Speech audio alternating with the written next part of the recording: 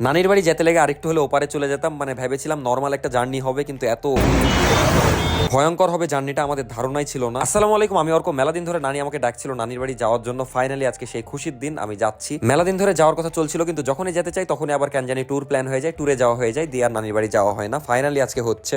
কি করলাম? কোথায় গেছিলি? মাঠে।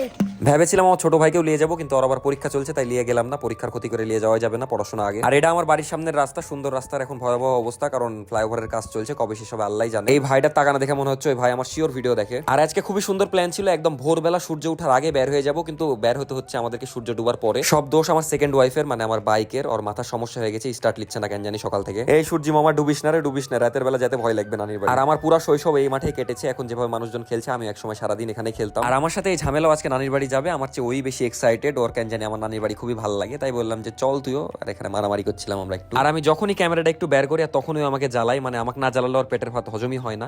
আর এই জায়গাটা রাজশাহীর খুবই গুরুত্বপূর্ণ একটা জায়গা, কারণ এখানে সরকারি মেডিকেল অবস্থিত। কিন্তু এই সরকারি মেডিকেলের আশেপাশে দিয়ে গেলে আমার খুবই খারাপ লাগে, কারণ এই জায়গা দিয়ে গেলে আম্মুর কথা খুব মনে পড়ে। আম্মু এখানেই ভর্তি ছিল মারা যাওয়ার আগে, এখানে আম্মু আম্মুর শেষ নিঃশ্বাস ত্যাগ করে। এই জন্য খুবই খারাপ লাগে এই দিক দিয়ে যাওয়ার সময়। যাই হোক, আগের কথা বাদ দিয়ে ওগুলো মাথায় আসলে মনটা খারাপ হয়ে যায়। আর এখানে নাফিসা খুবই হাসছিল, কারণ ওই খুবই এক্সাইটেড আজকে যাওয়ার জন্য। আর আজকে যেহেতু বাইক নাই, যেতে লেগে একটু কষ্টই হয়ে যাবে। প্রথমে আমরা যাবো কাশিয়াডাঙ্গা, ওখান থেকে আবার অটো নিবো, তারপর আবার রিক্সা নিবো, মেলায় খাটনি হবে। আর এখানে এসে আমার মেজাজটা একদম খারাপ হয়ে যায়, হেভি বিগের উঠে। কারণ আসার সময় অনেকের সাথে দেখা হলো, যারা আমার ভিডিও দেখে হাই হ্যালো হলো, কথাবার্তা হলো, ভালো লাগলো।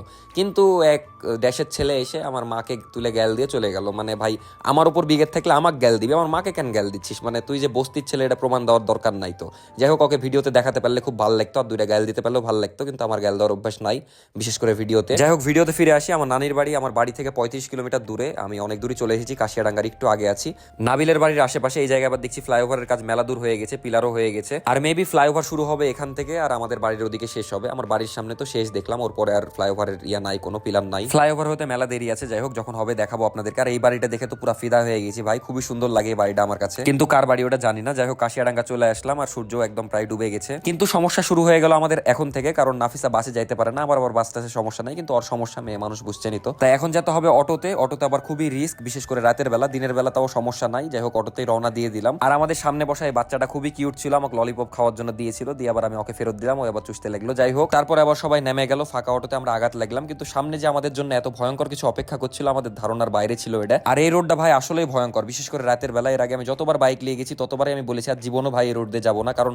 বাস ট্রাক এমন পরিমাণে মানে চাপ দেয় ভাই, মনে হয় যে একদম ফেলেই দিবে রোড থেকে। এদিকে এর তো এগুলো কোনো চিন্তা নাই, এই খালি আছে। আর নানিকে এখানে কল করে বলছে যে নানি আমরা আসছি, দেখতেই পাচ্ছেন কি লেভেলের খুশি। ওদিকে নানিও খুশি, সবাই খুশি। মাঝখান থেকে আমি চিন্তায় পড়ে আছি, কারণ একটু পরে শুরু হবে লীলা খেলা বাস ট্রাকের। কিন্তু যাওয়ার সময় মাশাআল্লাহ ভিউ গুলো হেভি সুন্দর ছিল, দেখে জান ভরে যাচ্ছিল, কারণ আমরা গ্রামের দিকে যাচ্ছি, আর গ্রামের দিকের ভিউ তো অলওয়েজ জোস হয়। বাট এই ভিউ গুলা না ভাই, বিশ্বাস করেন, যে ভাই দেখছিলেন সেই ভাই, মানে বাস ট্রাক যখন ক্লোজ কল দিচ্ছিল, একদম জানমান সব ক্যাপে যাচ্ছিল।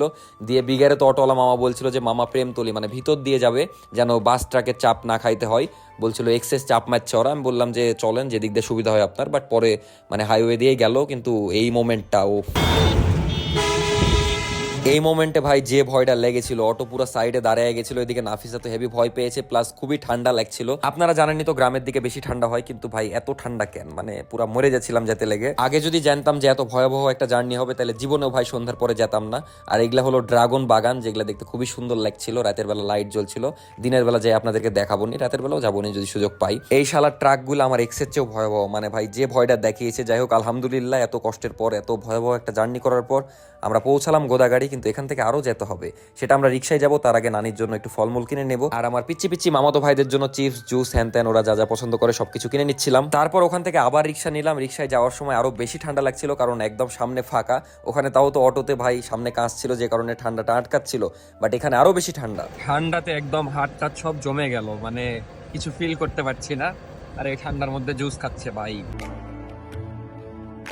আমি আবার ভাবলাম ওর জন্য জ্যাকেটের চেন খুলে রেখেছিলাম, যেটার জন্য আরো বেশি ঠান্ডা লাগছিল। আর এদিকে নাফিসা তো হাসতে হাসতে শেষ, মানে মজা লাগারও টাইম পাই না ভাই। তারপরে আলহামদুলিল্লাহ নানির বাড়িতে পৌঁছে গেলাম, খুবই খুশি লাগছিল। তারপরে নানি আমাকে ধুপি খাইতে দিল।